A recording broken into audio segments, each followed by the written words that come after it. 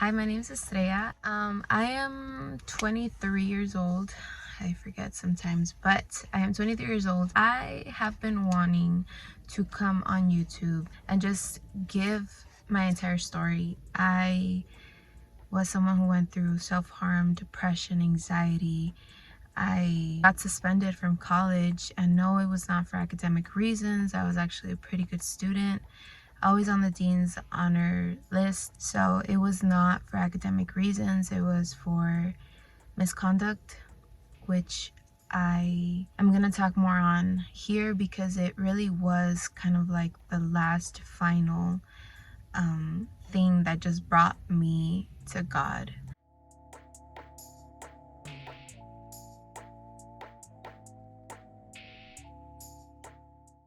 So I grew up in a Christian household basically because my parents had come to God when I was around 5 years old.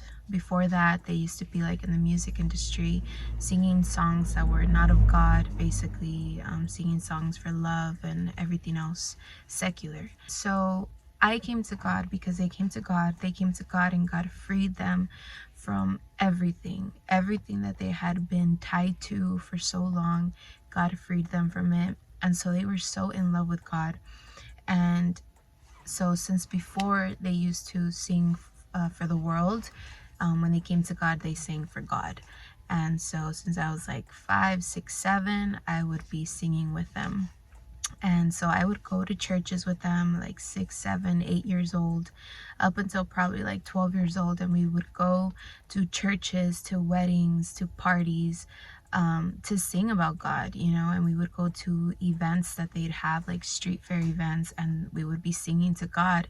At that point, I did not understand it like that. I just knew that they loved God, but I was just kind of following along and doing everything that they were involved in. There are some parades that we were involved with where we would make these giant like signs that said Jesus loves you and Jesus viene pronto, and I was just like part of it. I didn't even really understand what was going on. I didn't question it because, again, I just did it because they were happy. That just comes to show that just because you've grown in the Christian like household, in a Christian community, does not mean that that is as far as your relationship with God goes. Like, I was a Christian, but I knew that Jesus loved me.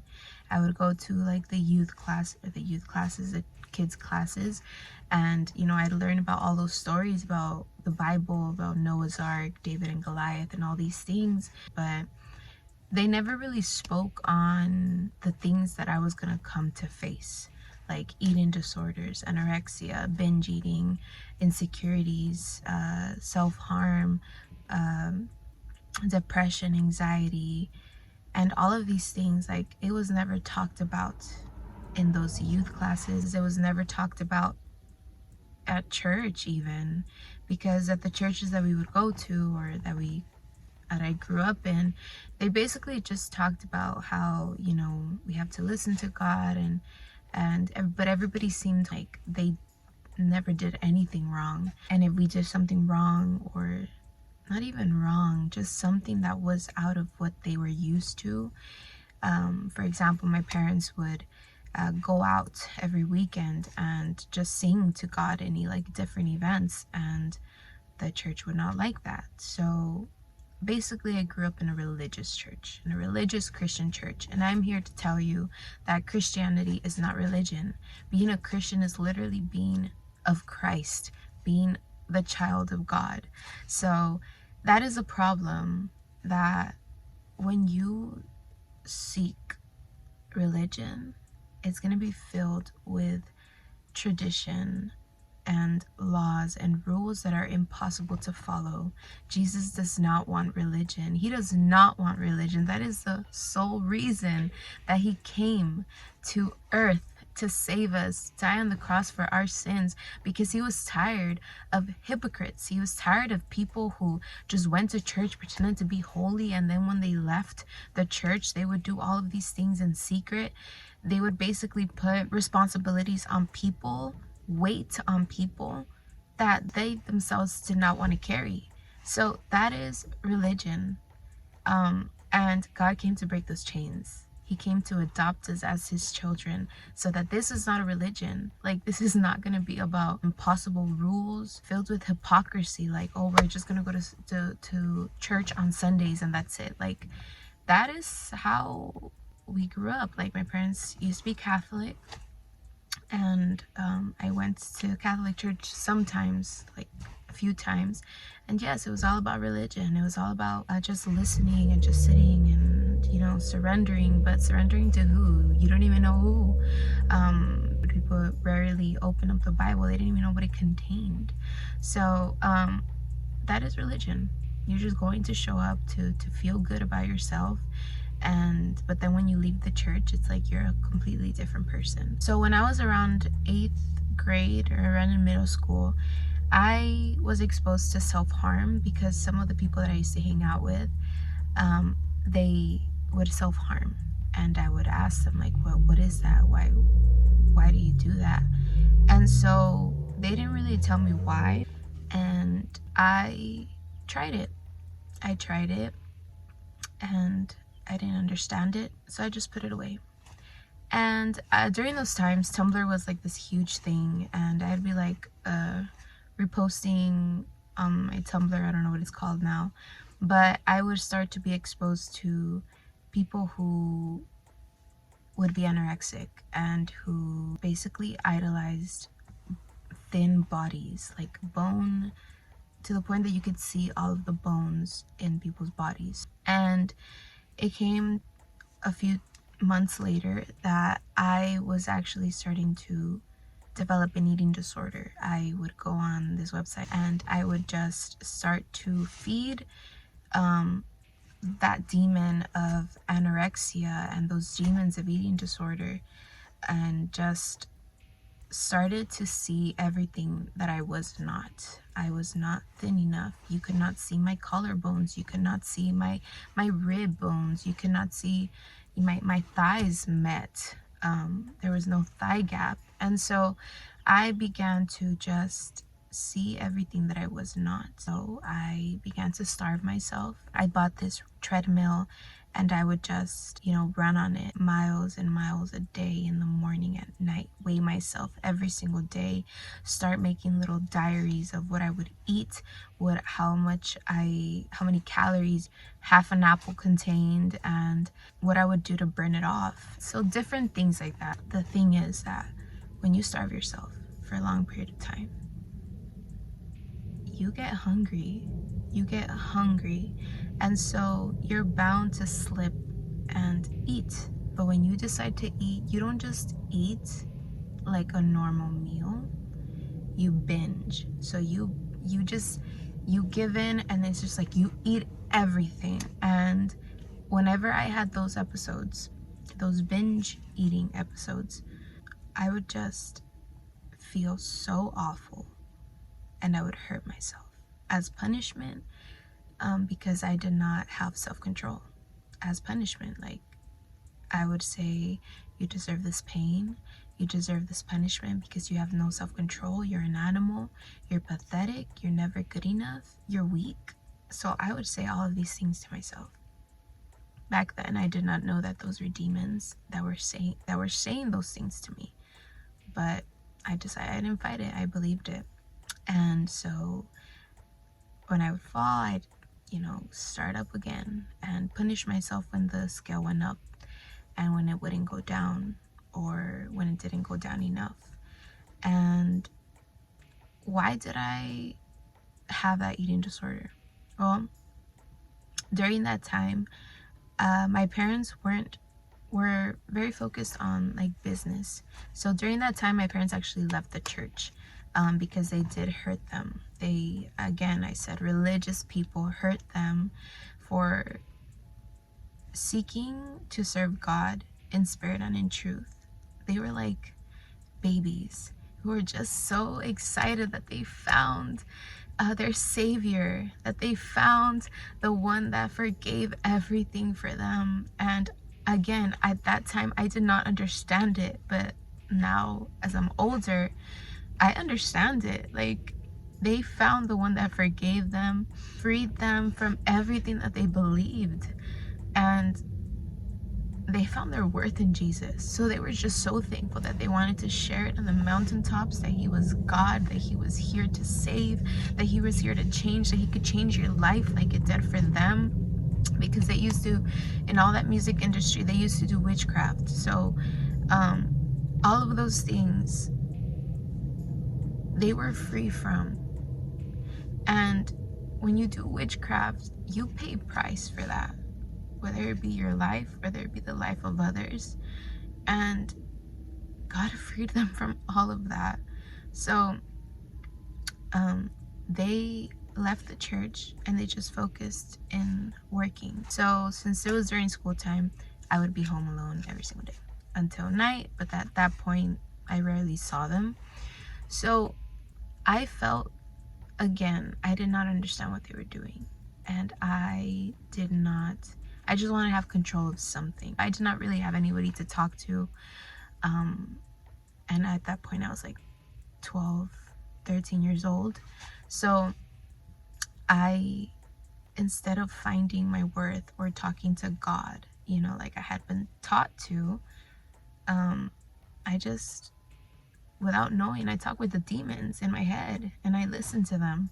So yeah, that was the cycle. All of 8th grade and 9th grade, I was just starving myself, hurting myself, and there would be times that I would like have the worst stomach pains of my life, and I would be fainting, and all of this was hidden from my parents.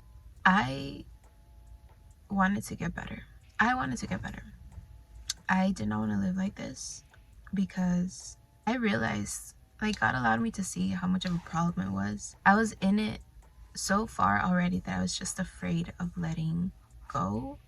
I was afraid of just, falling back to being normal. I was just afraid of getting fat if I ate normal again.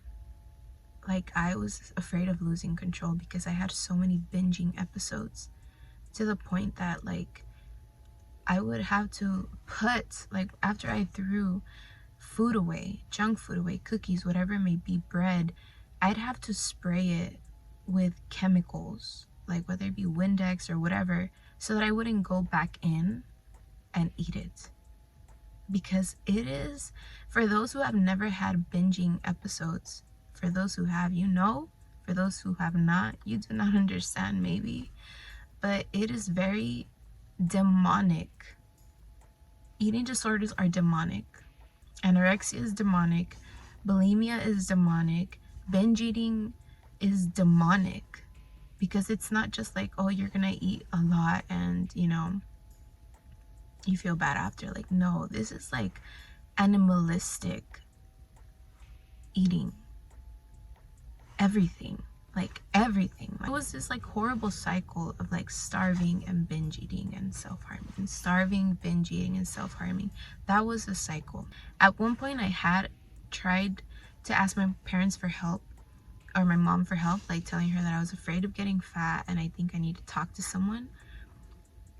Anorexia, eating disorders, is not talked about in the Latino household, especially during that time. I think it was like 2011, around 2010, 2011.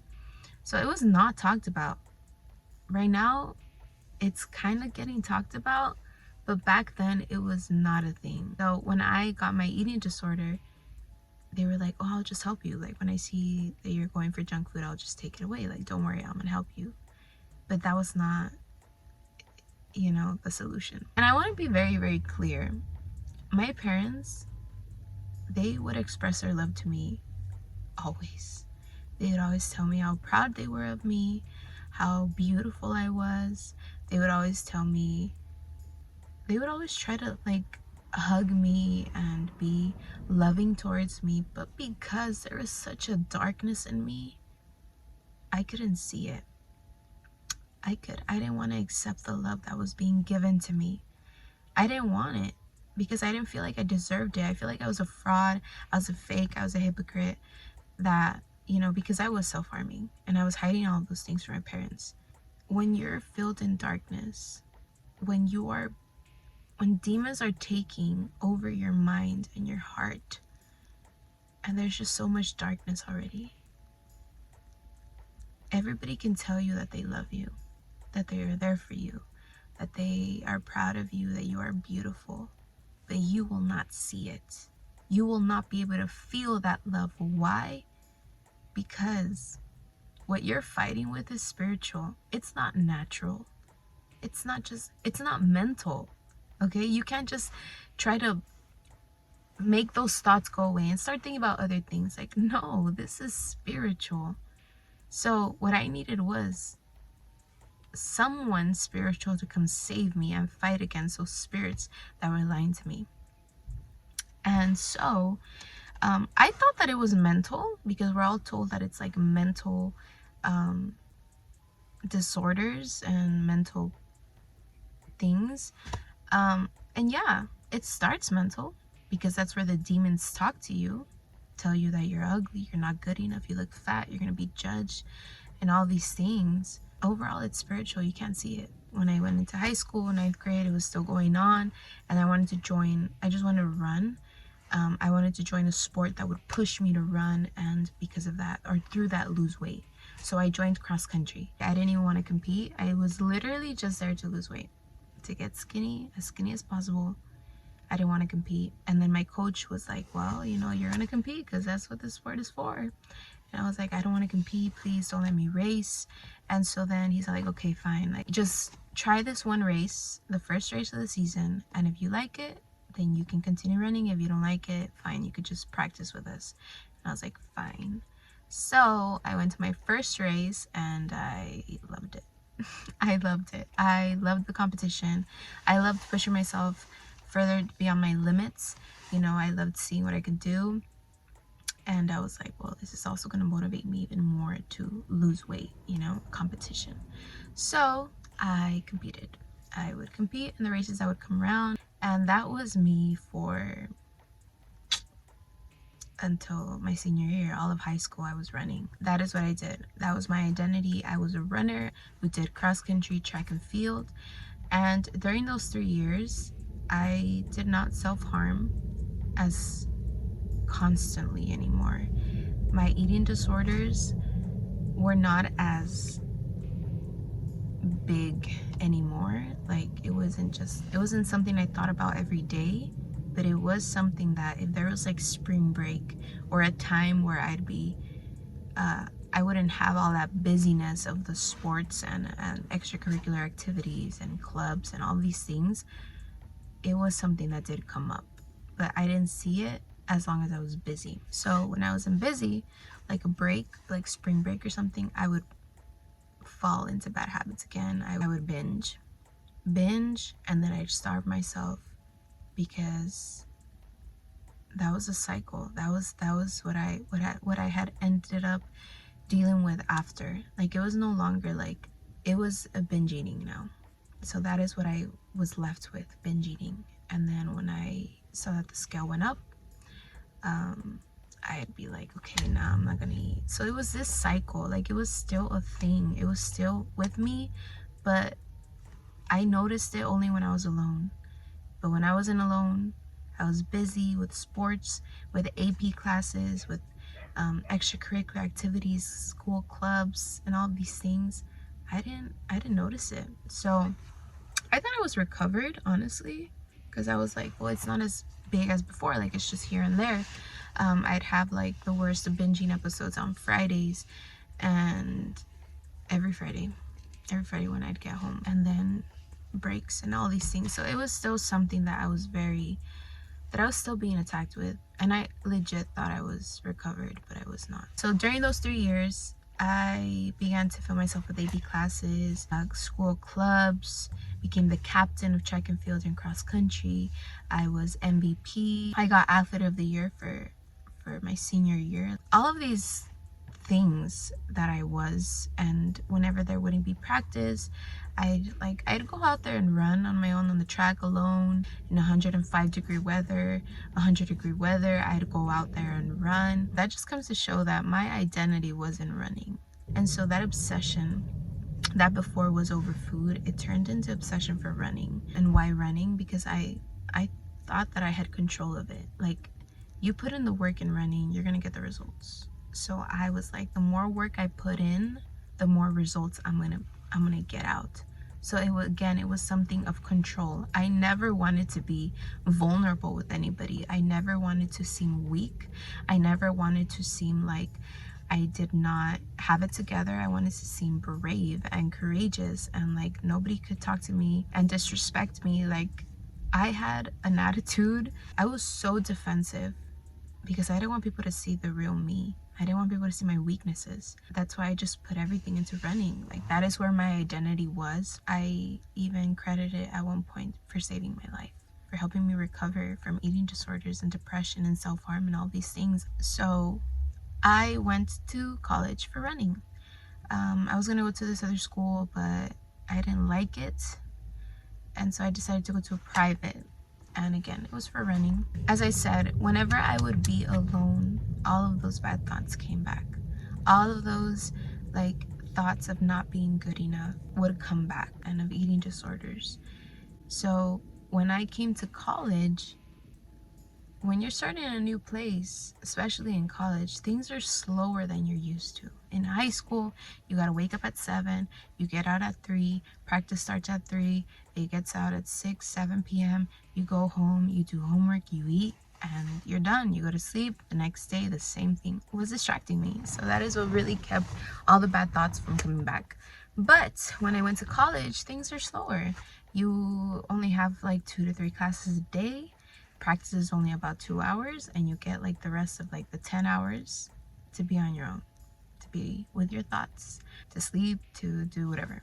So I did not know that. I was not ready for that. I thought my life was gonna be busy. It was not. So when I went to college, I began to face what I had been avoiding all of those years. Everything that I thought I was recovered of was slowly creeping back in. I would practice, I would go to class, I was trying to find like ways to keep me distracted, because when I'd be alone, I'd begin to just feel like sadness coming over me. I began to look at myself differently, to despise myself, to look at myself as ugly again. So when I'd be running and during practice, I'd be like, you didn't hit the marks you're supposed to hit.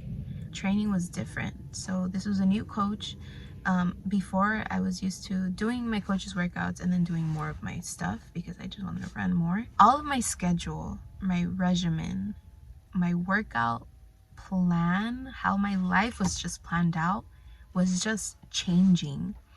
And so when it came with running, when it had to do with running, that is where I thought I had control, and it was just thrown out the window, because what I was used to, it wasn't gonna work that way anymore. And when I say that I really wanted to have control over running, and I was used to it, and I was not used to like letting go of control, and I wasn't used to it, to the point that my coach would find out I'd be running after practice, like additional running at night, or like double running the days. He'd get mad at me. He would tell me, look, you're an athlete here. The way you did things in high school, that's not how it's gonna happen here. I don't want to find out that you're working out. I don't want to find out that you're running. Yeah, so I was being held back from doing things that I was like afraid of losing, because whenever I'd have that free time, I'd start to get all those bad thoughts again. And so I was just finding ways. I was like, okay, well, I need to fill myself up with more, and I need to run more, I need to work out more, and I need to do these things more, and all of this. So it was like the doors are being shut. Like, you can't do that here. So we went to our first race, it wasn't our first race. I think it was like our second race. I don't know, one of those races where I did not do good. I did not hit the mark that I was supposed to hit, and it beat me. It beat me up so hard. I was in the car coming back after the race, and that was the first time that I started self-harming again after years.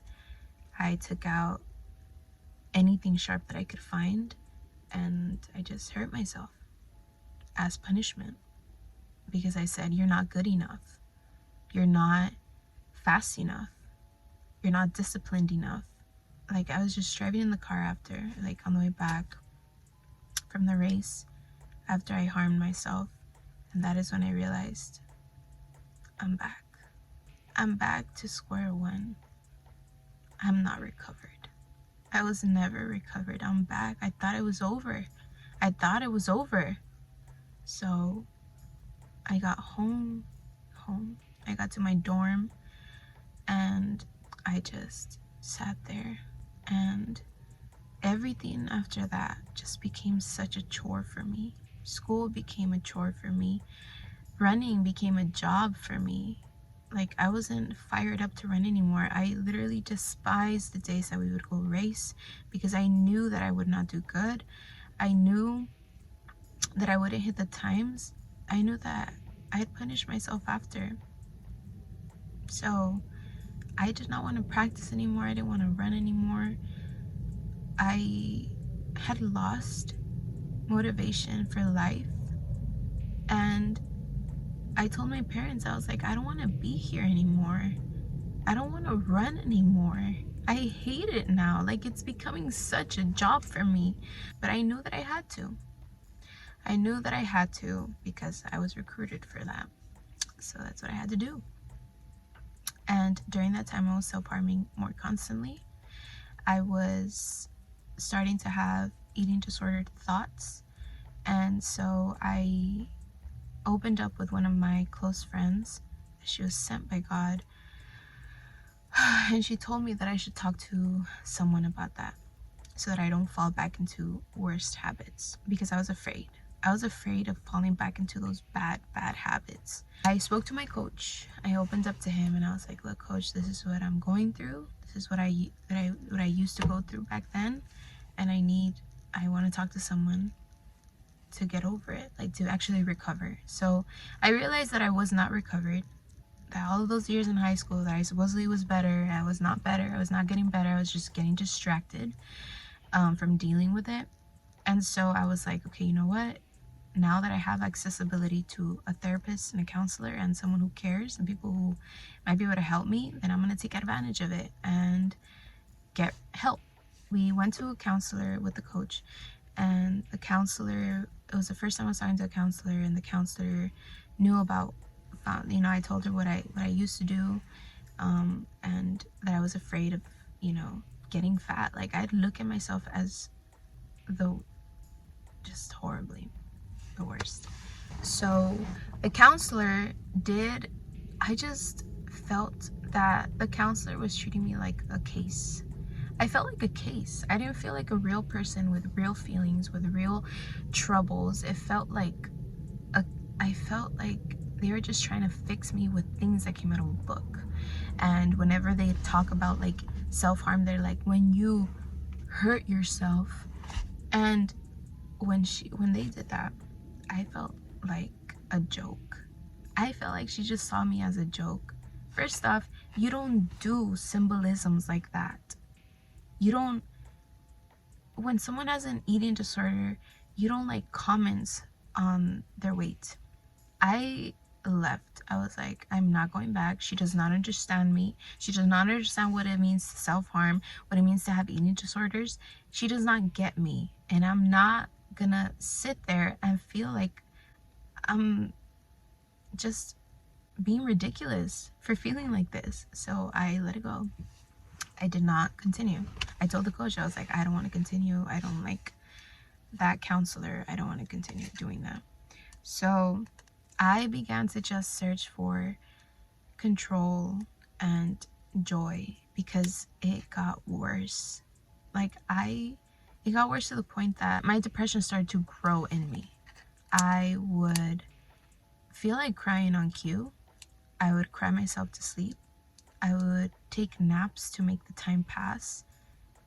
I tried to find ways to just be happy because I came to the realization that I was not happy, and I didn't know when the last time that I was. So I began to go to parties, I began to drink, I began to do all the things that college people do and where they seem happy. And all I came to realize after every party, after drinking, was that, yeah, you get happy for like an hour, 2 hours, 3 hours, but after, you're still left with the same emptiness. And you're craving for the weekend to come again so you can go back to that other persona that is confident, that is happy, that is the life of the party. But when you're alone in your room, when you come back from that party, you know it's all fake. You need alcohol to be the life of the party. And it's a facade. It really is. So that was just it, right? I would start doing all those substances that supposedly bring you joy for a moment. You want to stay in that because it's like a distraction. It mellows you out, brings a distraction to you, makes the fears go away, makes the bad thoughts go away, makes the stresses go away. So you want to remain in that.